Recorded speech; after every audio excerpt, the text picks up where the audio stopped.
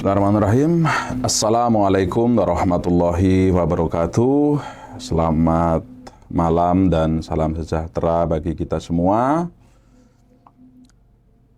Berjumpa kembali bersama saya, Rustam, dalam program kuliah malam yang tayang di channel Riau Park TV.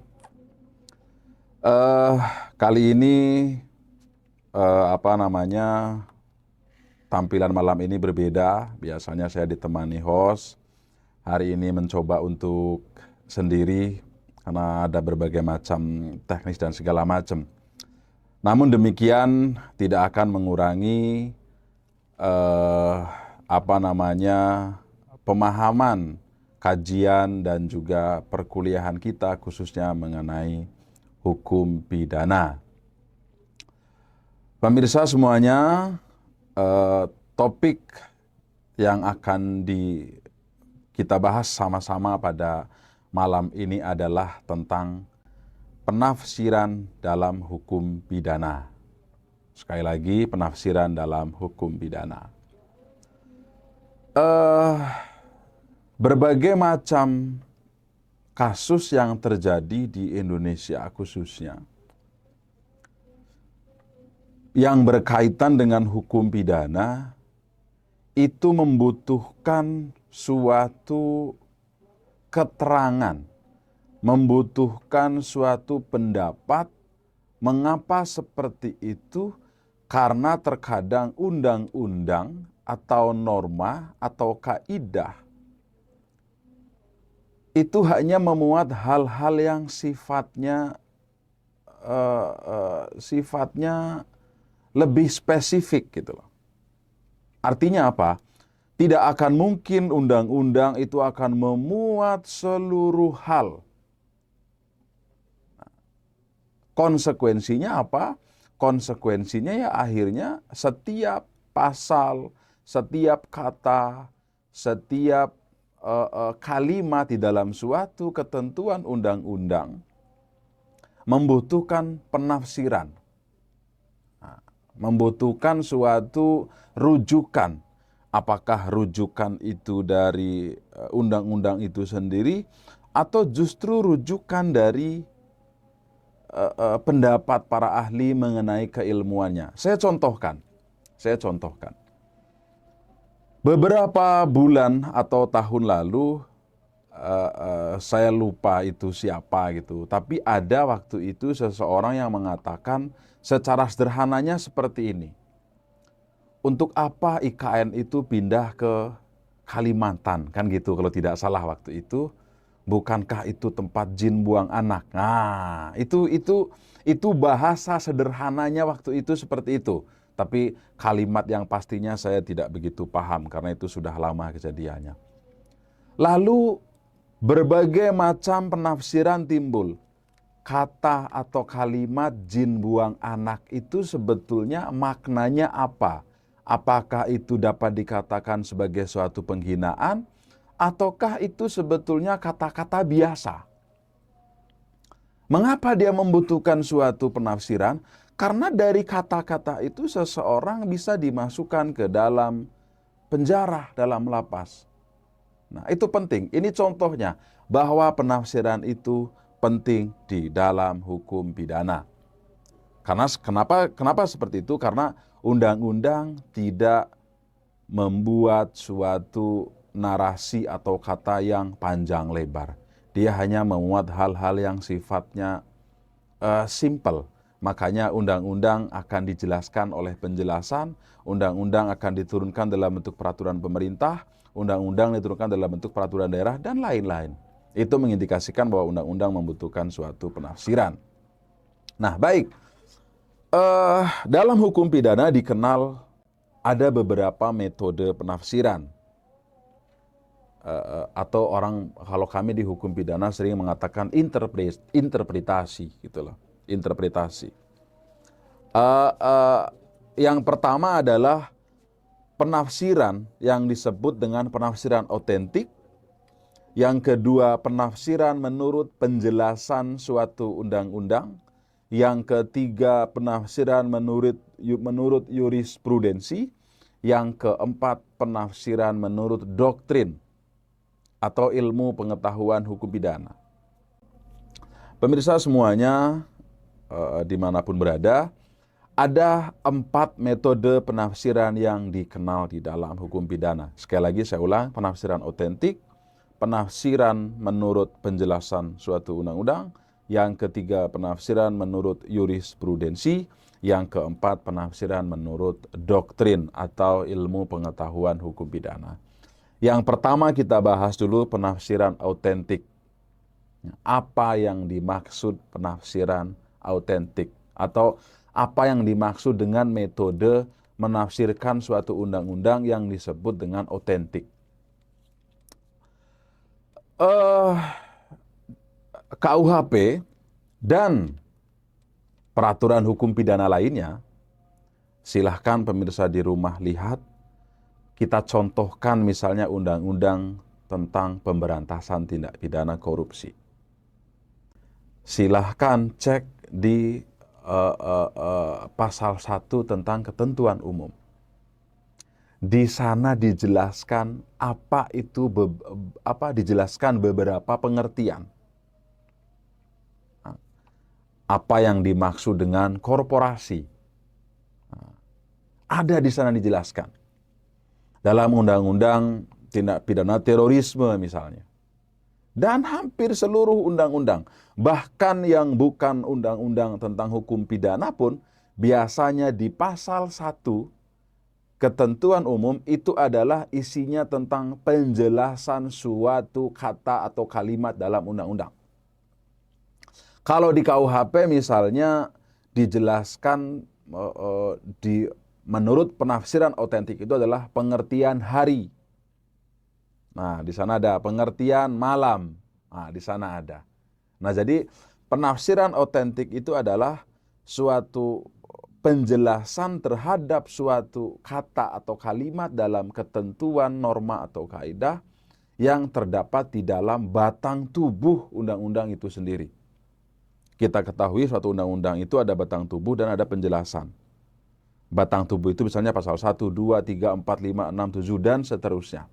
Nah, penafsiran otentik itu penjelasan atau pengertiannya itu ada di dalam batang tubuh itu sendiri. Bukan terdapat di tempat lain.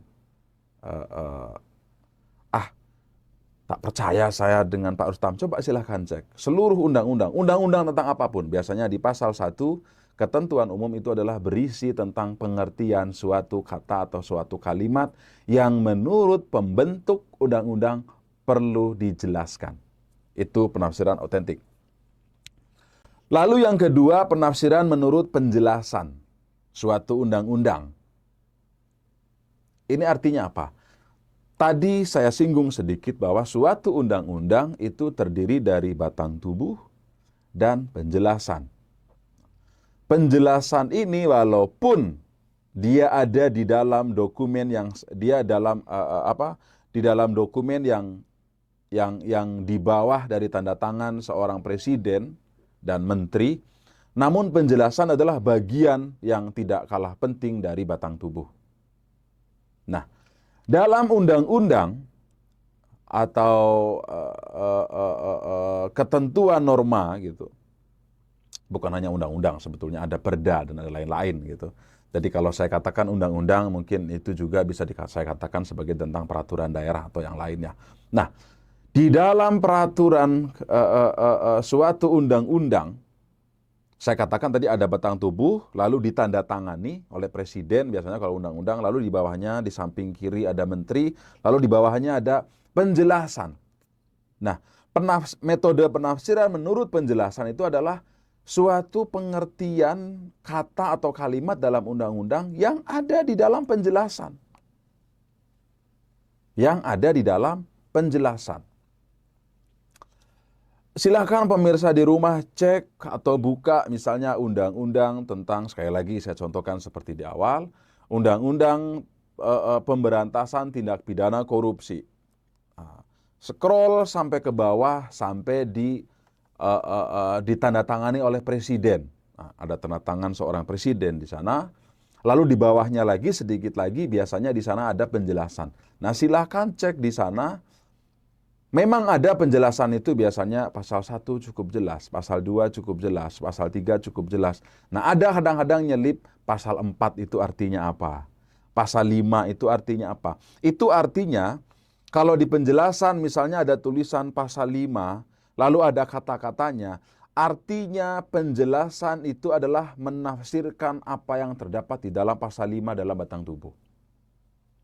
Nah, misalnya dalam suatu undang-undang, lalu ada penjelasan, pasal 1 cukup jelas, pasal 2 cukup jelas, pasal 3 cukup jelas, pasal 4 cukup jelas, pasal 5. Nah, misalnya pasal 5 ada kalimat di sana. Itu artinya pasal 5 yang ada di dalam penjelasan itu adalah menafsirkan atau menjelaskan atau menjabarkan pasal 5 yang ada di dalam batang tubuh di atas. Jadi kalau kita lihat pasal, misalnya pasal berapa misalnya, kok agak bingung.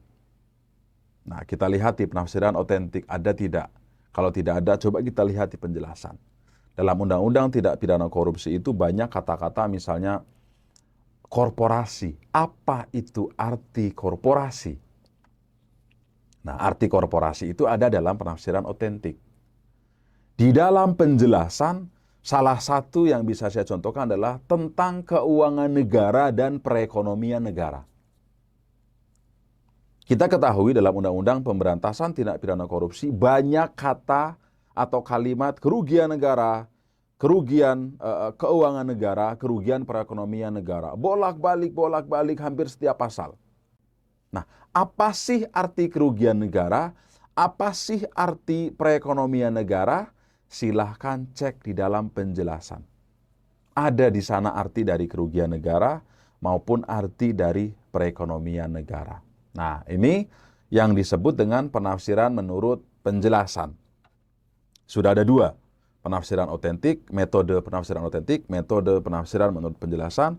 Yang ketiga, metode penafsiran menurut jurisprudensi. Nah, tadi saya katakan, ketika pemirsa di rumah membaca undang-undang, ini apa nih? Misalnya melihat kata tindak pidana korupsi yang dilakukan oleh korporasi misalnya. Apa sih korporasi? Coba kita lihat di pasal 1. Itu yang namanya penafsiran otentik. Oh, tidak ada. Coba kalau tidak ada, buka di penjelasan. Oh, nggak ada juga. Nah, mungkin ada di dalam jurisprudensi. Nah, jadi yang ketiga adalah penafsiran menurut jurisprudensi. Apa itu jurisprudensi? Saya akan memberikan penjelasan yang sederhana. Hampir setiap hari di pengadilan, itu majelis hakim memutuskan suatu perkara, memutuskan suatu kasus. Biasanya kan memutuskan, menghukum terdakwa, nah misalnya seperti itu gitu kan. Nah, itu putusan gitu. Itu putusan.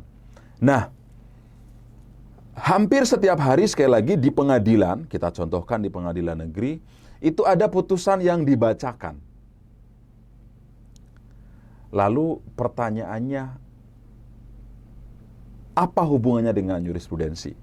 Nah, putusan yang dibacakan oleh majelis hakim, lalu setahun kemudian, 2 tahun kemudian, 3 tahun kemudian, 4 tahun kemudian, misalnya, putusan tersebut dirujuk, putusan tersebut dijadikan bahan, dijadikan acuan oleh hakim 4 tahun kemudian. Nah, maka putusan yang pertama tadi itu adalah namanya sudah berubah menjadi jurisprudensi. Misalnya hari ini saya bersama dengan 2 orang hakim anggota di samping saya misalnya, menjatuhkan suatu putusan. Lalu dalam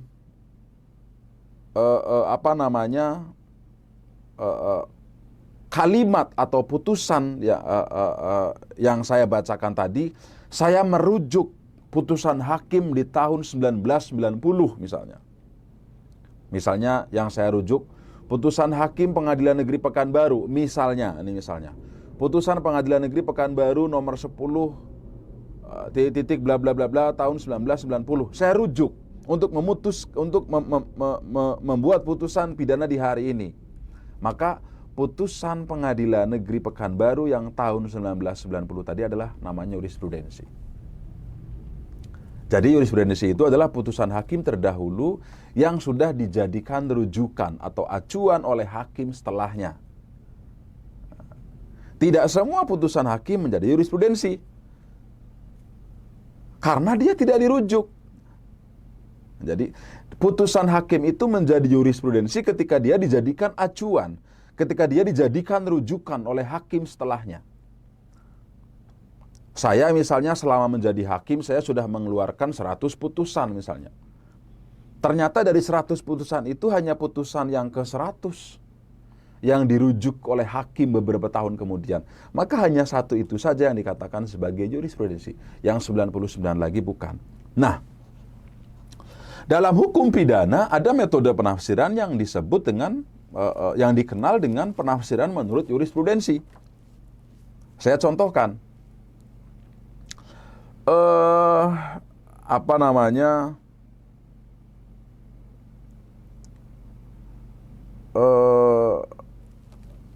Tentang yang disebut dengan pasal 351 itu ada kata-kata penganiayaan. Nah, silakan pemirsa dibuka di pasal 351. Itu kan barang siapa melakukan penganiayaan, nah gitu kan, barang siapa melakukan penganiayaan yang mengakibatkan korban luka ringan, luka sedang, luka berat, sampai meninggal. Nah sekarang pertanyaannya, apa itu penganiayaan? Nah, maka acuan kita dengan melihat metode penafsiran. Yang pertama kita buka penafsiran otentik. Dalam KUHP itu ada tidak pengertian penganiayaan itu? Cek. Tidak ada. Yang kedua, dalam penjelasan, ada tidak penganiayaan itu? Tidak ada. Karena KUHP tidak ada penjelasannya. Maka yang ketiga, ternyata penganiayaan itu muncul dalam jurisprudensi, dalam putusan hakim. Apa itu penganiayaan? Yaitu penganiayaan itu adalah dengan sengaja menyebabkan perasaan tidak enak, sakit atau luka. Nah jadi pasal 351 yang menyebutkan penganiayaan, barang siapa melakukan penganiayaan menyebabkan korban luka ringan di penjara sekian tahun gitu. Kan sekarang timbul kita, penganiayaan itu apa? Orang menafsirkan penganiayaan itu menampar. Orang mengartikan penafsiran itu meninju. Orang menafsirkan penganiayaan itu menjambak. Itu hanya contoh dari penganiayaan. Dalam jurisprudensi, penganiayaan itu adalah dengan sengaja menyebabkan perasaan tidak enak, rasa sakit atau luka. Berbeda kalau pengertian luka berat. Nah, barang siapa dengan sengaja melakukan penganiayaan yang menyebabkan korban luka berat. Nah, arti luka berat itu ada di dalam pengertian atau penjelasan otentik dalam KUHP. Luka berat itu apa? Ada di sana. Tapi pengertian apa yang dimaksud dengan penganiayaan di KUHP tidak dijelaskan. Di mana kita bisa melihat apa itu penganiayaan? Ada di dalam jurisprudensi. Selain itu,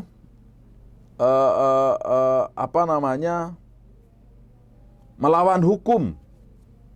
Nah, melawan hukum juga ada dalam jurisprudensi, misalnya putusan Mahkamah Agung nomor 42 kasasi tahun 1965 yang dibacakan tahun 8 Januari 1966. Di sana dijelaskan bahwa suatu tindakan pada umumnya dapat hilang sifat melawan hukumnya.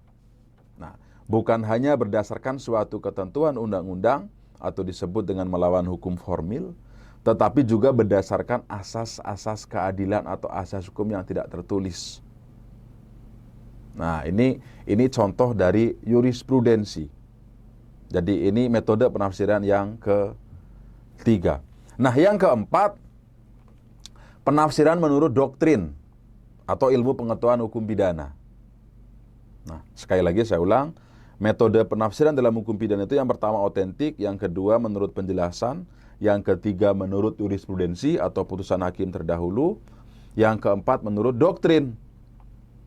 Nah, menurut doktrin, sebelum saya jelaskan satu persatu, saya bisa bagi, menurut doktrin itu saya bisa bagi kira-kira ada 8 yang disebut dengan penafsiran gramatikal atau penafsiran tata bahasa.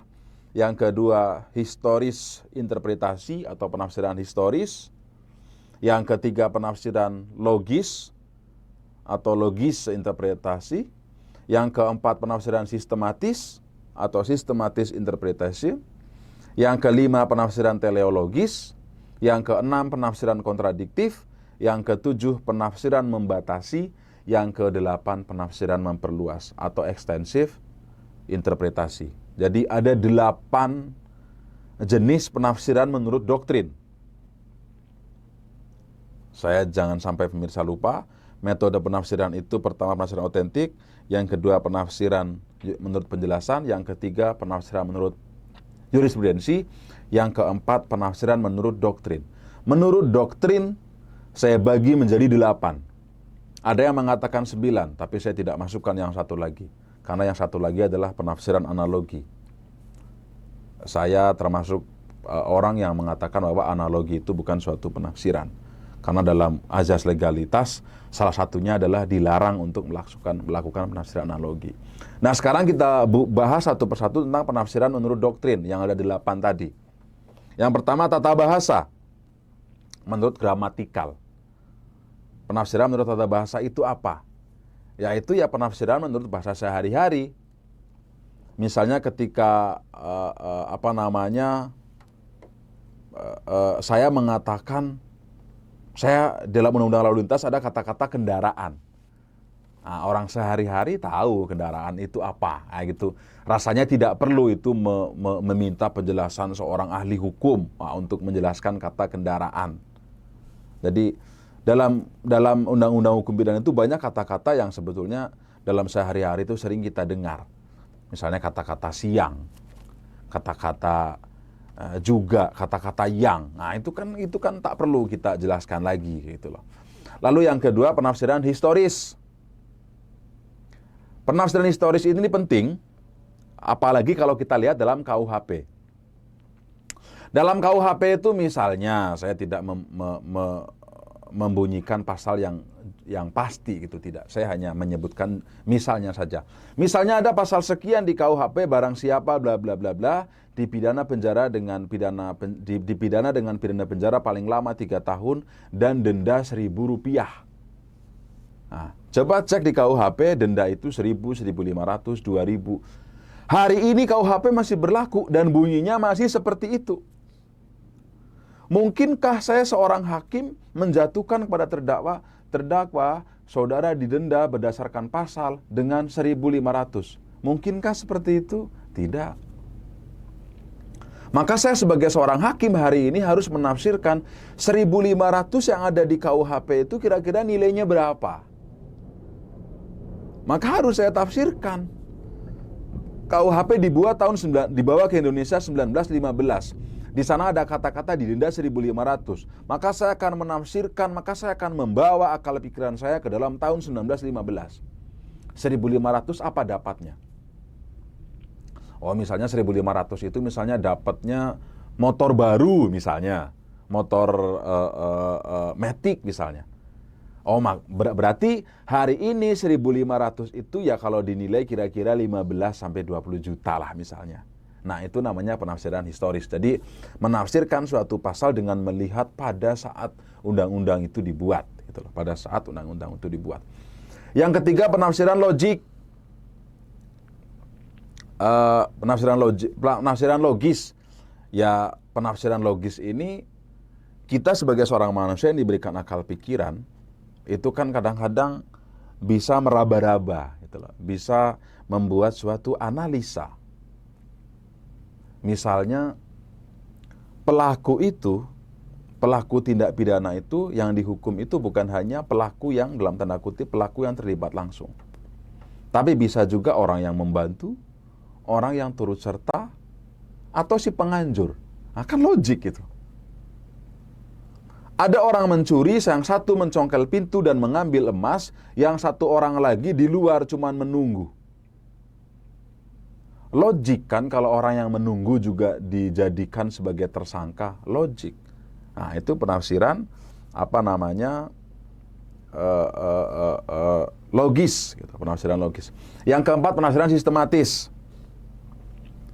Yakni menafsirkan suatu pasal, saya contohkan, menafsirkan pasal 5 itu dengan melihat pasal 4. Menafsirkan pasal 3 dengan melihat pasal 2. Menafsirkan pasal 10 dengan melihat pasal 9 atau pasal 8. Pokoknya menafsirkan pasal B dengan melihat pasal sebelumnya. Saya contohkan. Pasal 363 itu hanya disebutkan di sana pencurian dihukum sekian tahun. Dalam titik 2, pencurian apa saja. Sekarang pertanyaannya bagi orang ahli hukum atau bagi siapapun dia, apa yang dimaksud pencurian? Dalam pasal 363 tidak ada pengertian pencurian. Di mana kita dapati pengertian pencurian? Di dalam pasal 362. Nah, kan berangkai berarti itu. Pasal 362 berangkai dengan pasal 363. Pasal 63 berangkai dengan pasal 362. Itu yang namanya sistematis atau penafsiran sistematif. Lalu ada penafsiran teleologis. Ini penafsiran menurut maksud dan tujuan suatu bentuk undang-undang dalam hubungannya dengan tujuan yang hendak dicapai oleh masyarakat. Lalu ada penafsiran kontradiktif.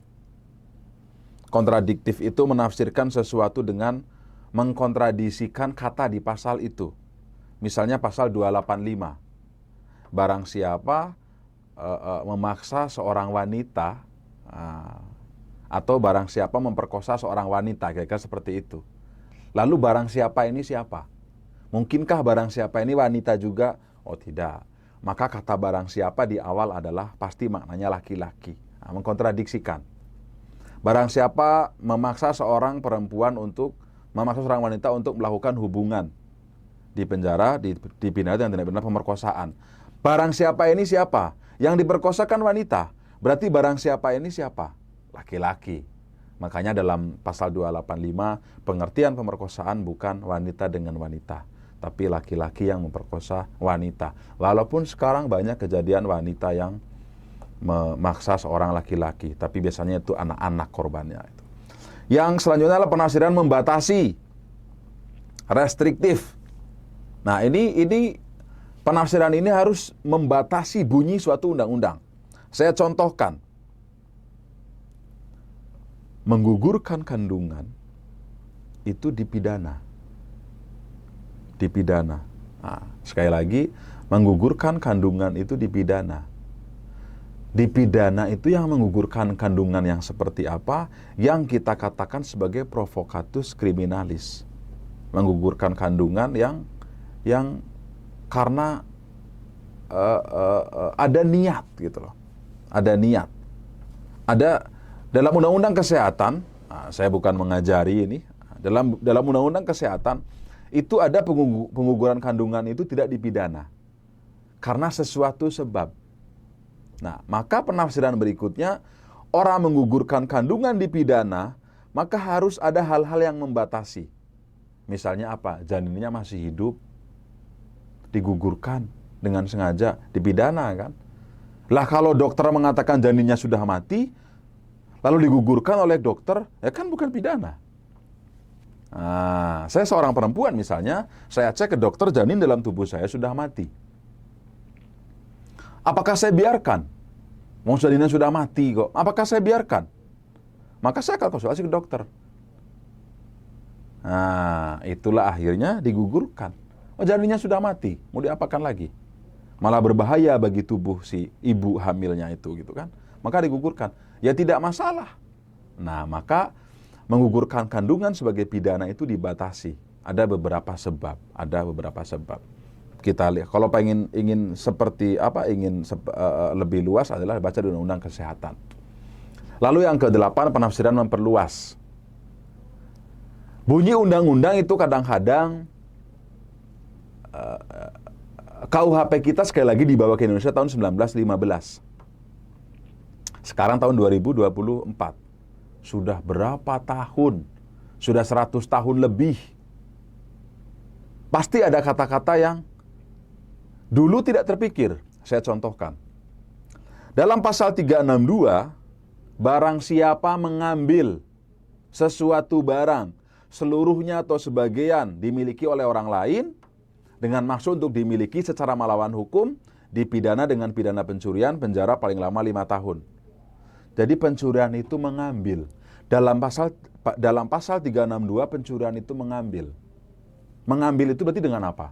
Dengan tangan kan? Sekarang pencurian bukan dengan tangan lagi.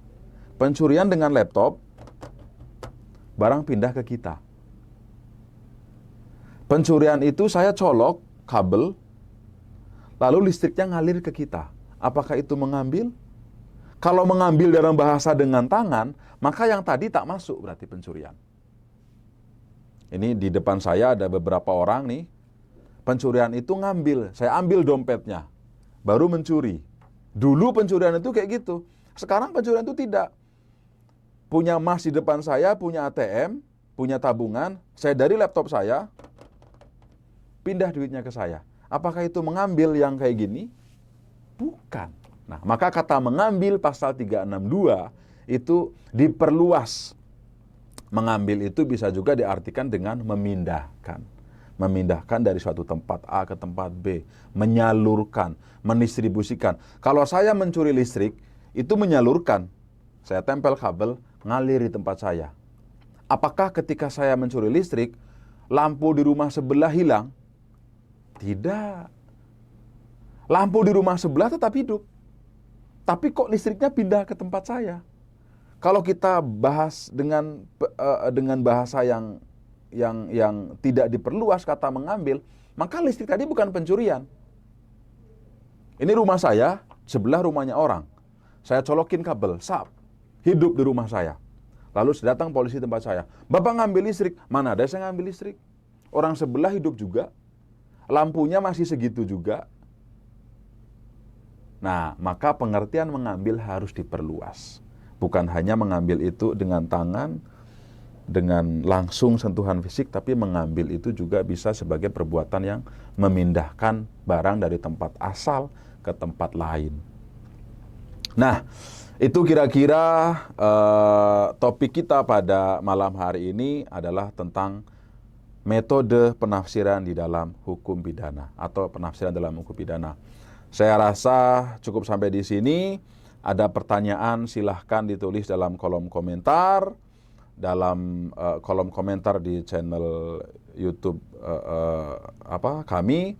Nanti pada saatnya nanti ketika kami membaca dan ketika kami sempat, kami akan membalas dari pertanyaan saudara. Dan jangan lupa bagi yang belum mensubscribe channel kami, silahkan subscribe channel kami. Saya yakin sekali dalam channel kami banyak pelajaran yang bisa dipetik. Mohon maaf apabila ada kesalahan kata dan perbuatan dari saya menyinggung perasaan pemirsa di rumah dan dimanapun berada. Saya mohon maaf. Saya manusia biasa. Wabillahi taufiq wal hidayah. Assalamualaikum warahmatullahi wabarakatuh. Selamat malam.